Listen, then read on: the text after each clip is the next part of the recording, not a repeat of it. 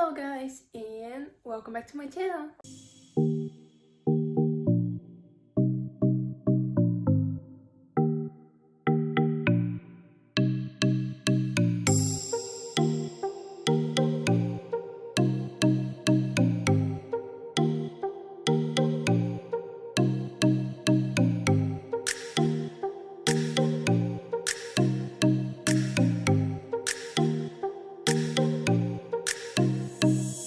In today's video, I'm gonna talk about the excessive daydreaming. Is it good? Or actually, it could be counted as one of the mental sicknesses. So, like and subscribe, and without further interruption, let's get into the video. First, I want to talk about what is daydreaming and excessive daydreaming. So, everybody daydreams once every day. Daydreaming helps you to transfer into your imaginary world where everything is the way you want it to be. For example, if you want to find your love, you can imagine how this will happen and all the things which you will do together. Basically, daydreaming helps you to escape from reality a little bit. But excessive daydreaming is not daydreaming doing for a couple of minutes. It could be gone for a couple of hours, days, just because you're trying to escape from reality because it's dark place, you don't like it. And where is your imaginary world in which you transfer thanks to daydreaming? Basically, everything is the way you wanted it. You can control what happens there. And people excessively daydream because they want to be in their world, which actually can affect your mental health. You can even start fearing or just staying away from relationships, for example, because if you want to have the perfect relationship, you can create it in your imaginary world, but in real life this might not happen. This is why you are not facing relationships and just doing them, but only in your mind, basically where your imaginary world. You are daydreaming how everything could happen, but you actually don't do anything in real life to make your imaginary world come true little by little. And this is actually what some people think and count it as an official mental illness, because daydreaming could be, I won't say dangerous, but really could do something to your mental health. How I said with the relationships, also you could affect your life. You're so caught up in your imaginary world, daydreaming, that you're spending hours there that maybe you forgot what the reality is, and that all the beautiful happy things which happen there, they are not real, or at least not every single one of them. And that's why I'm gonna talk about the excessive daydreaming. What is it about? And basically how you can recognize it if you are one of these people who do excessively daydreaming, and what symptoms you can find, and basically how you can take care of this and put it into, how to say, to normal daydreaming. Daydreaming from a while, it's not that bad, but let's make the difference between the usual daydreaming and the excessively daydreaming, how some people might call maladaptive daydreaming. Now let's talk a bit for the maladaptive daydreaming. Maladaptive daydreaming is a psychiatric condition. It was identified by Professor Eliezer Sommer of the University of Haifa, Israel. I'm sorry if I'm mispronouncing some of the names. So this condition causes intense daydreaming that distracts a person from their real life. Many times, real-life events trigger daydreams. These events can include topics of conversation, sensory stimuli such as noises or smells, or physical experiences. If you're asking, are there any symptoms about the maladaptive daydreaming? Yes, they are, and now I'm gonna read you one of the most common symptoms about this unofficial mental illness. One of them is extremely vivid daydreams with their own characters, settings, plots, and other details like futures, for example. Daydreams tricked in real life events, difficulty completing everyday tasks, difficulty sleeping at nights. Because you're so daydreaming that you're caught up in your own world that you can't fall asleep because all the nice things are happening that you don't want them to end. An overwhelming desire to continue daydreaming, performing repetitive movements while daydreaming, making facial expressions while daydreaming, whispering and talking while daydreaming, and daydreaming for long periods, for example, many minutes, even 2 hours. I have been daydreaming a lot, but to be honest, I never thought that this first might be a mental illness and that there is something like manipulative daydream. I just decided to search yesterday about often daydream and I was surprised by the results which I find out because I didn't expect this actually to be something, how to say it, effective and that this actually could affect you, your mental health in your life. And basically this is the most reason why I decided to do this video, to explain it to every daydreamer who is out there, that to daydream once in a while is good, but if you're doing it constantly, there might be another reason for that, and it's not only escaping from reality. The next question which you might ask is, can a doctor diagnose you with maladaptive daydreaming? Yes, the thing is that maladaptive daydreaming scale is a 14-part scale. It rates the 5 key characteristics of maladaptive daydreaming. The first one is content and quality detail of the dreams, a person's ability to control their dreams and compulsion to dream, the amount of distress caused by daydreaming, a person perceives benefits of daydreaming, how much daydreaming interfaces with a person's ability to carry out their daily activities. You might feel distracted or that it's very hard for you to concentrate doing even the small daily tasks due to daydreaming. For example, you're a student or no matter at school, at university, and you have homework to do. Someone, for example, your math teacher gave you some problems, but you find it so hard to concentrate because daydream in your inner world which you have created, or say your imaginary world, is pulling you closer, that you want to be there because this is your happy place where you want to be, where everything is the way you wanted it, and it's just the perfect place which in real life doesn't exist. And let's be honest, who doesn't want to go there and spend some good amount of time? But sometimes this really can affect your real life, and this is what you have to be careful about. To daydream once in a while or a couple minutes every day is not that bad, but to do it for hours constantly, or how to say excessive daydreaming, this actually might be something different and way more dangerous for you, your mental health, than you think. So if you think that you have a maladaptive daydreaming, search online for symptoms or help, or just go to a doctor or therapist and explain what are you feeling, how are you feeling, that this is your happy place but it's affecting your life and you want to change.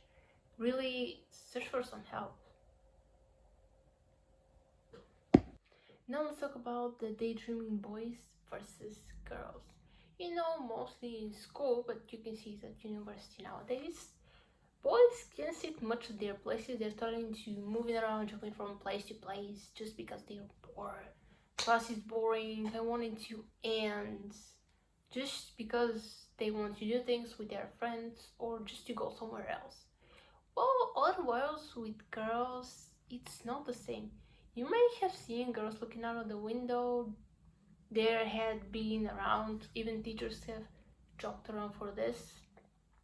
Well, this might be simple daydreaming, or they actually might be not only daydreaming but constantly going to their world just to skip a boring class or just to do all the things which they can do in real life. For example, if you're a shy girl, you don't know how to do correctly, for example, go into a party or present yourself and make a good first impression, you will do this even repetitive times in your head just to make it perfect. And this, how is it going? Even I'll show you something, many scenes, even past things that has happened or future, I repeat them many times in my head. Just, I don't even know why, to make them what it will be if I have done this, or what will happen if I do this. Sometimes I have imagined many times actually, I have imagined how I would do something bad, no matter that in reality I will never do it. I'm a shy person, I don't talk much, I don't like going out much, mostly I'm closing myself. And literally I'm thinking, what would have happened if I was a completely opposite of myself? Like, if I'm a bad, start skipping classes, getting bad grades, just doing all the things which in real life I can do. And basically, well, I can imagine it completely because it's my world, and basically even if I do something bad, I still won't get, how to say, punished or grounded or whatever you call it, because I create all the events which are happening there. So this is why girls are daydreaming way differently than boys, because first of all, boys and girls want different things. Boys wants to have girls, their type of way. There are some girls who want the same thing, but they have different vision from the things, and this is what makes it very difficult to say if a girl is just daydreaming on, or there is something else more than just simple daydreaming. So here is what this website, which I'm using to explain you about the maladaptive daydreaming, is saying about the girls. So if your daughter exhibits the following behaviors, she could just be bored, or she might need further evaluation. She doesn't seem to be listening. She's easily distracted. She makes careless mistakes. If a boy does a mistake and doesn't seem to pay attention, you say that he doesn't care. For example, if a parents wanna teach a lesson to their boy, like, you shouldn't be doing this, you'll be grounded and all these things, he'll say yeah, whatever, pretending to be listening while thinking what mess he should cause next, or what he should be doing, basically thinking about everything else what he could do except listening to his parents. But for girls, this is something different. Like, you should really pay attention to what they are doing, because sometimes it's not only daydreaming, it could be escape from reality, or just escaping from the problems in real life. For example, you can take a problem from real life and find a quick solution in your imaginary world through daydreaming. But sometimes not all the solutions which you create in your head and in your inner world you can do in the reality. So people should be really patient and try to understand what is going on with the other, or if it's a family member or someone who is close to you. So a doctor can diagnose you using just the simplest things. Even your own parents can do it. If you're seeming to losing interest very quickly, avoiding to do tasks, go around people, this just might seem as a problem, and it actually can be caused to daydreaming, because, for example, the perfect people exist only in your head, basically in your imagination, where in reality nobody is perfect. Everybody has their flaws, even me. There are people who clearly don't want to admit, says, I'm perfect, nobody can beat me. This is not true. There is no such thing as a perfect person. Everybody is different, and actually that is what makes us unique from the others, because people will notice that one thing in us which the others don't have it. You may be unique smile, specific color of the eyes, or just something that made this person look you differently. About the girls, they might search some help from other things like alcohol, for example, or drugs, or just overreacting. You know, when you're angry, you might overreact to a situation, but it's due to daydreaming. This actually might not be just an overreaction. You already have the perfect solution in your head, but when it comes to reality, this problem becomes bigger, and the solution doesn't look that simple as in your head, and you might overreact into things which actually there is no need for that. And this is for what you have to pay attention and basically to look out for, because this really might your friendships or even relationships if you keep overreacting or not thinking about yourself. Basically, you left your characters which you built inside to take care of you, and you feel like there always will be someone for you, and that's why you don't care so much. But in the reality, to make someone take care of you, you have to show some care as well. Otherwise, people will leave you and you will be alone. Something that I forgot to mention is that some people go to their imaginary world because they are lonely. So if you don't have many people around you, friends and family to support you, you go there because all the people who you want to be there are around you, showing support, love, basically they're by your side. How I have said, me too, I have an imaginary world, but I don't go there because I feel lonely. I have friends, I have family, and all the things which I need. But I go there because all the things that I wish could have happened to me, they are happening now. And if I have to be honest, the girl who I have created to be me, she has more problems than I have ever had. For example, in school, she could be disliked from people, getting bullied, girls mostly being mean to her, nobody likes her. For example, I've never felt that way. Yes, I'm a shy person, but I still managed to find some friends in high school with who, even up to now, I still talk from time to time, but we are busy with university, some of us are working, and this is why we don't talk much, but we still keep in contact. I don't know why I put so much problems to happen to her. Basically, I feel like because I want her to fight for what matters for her.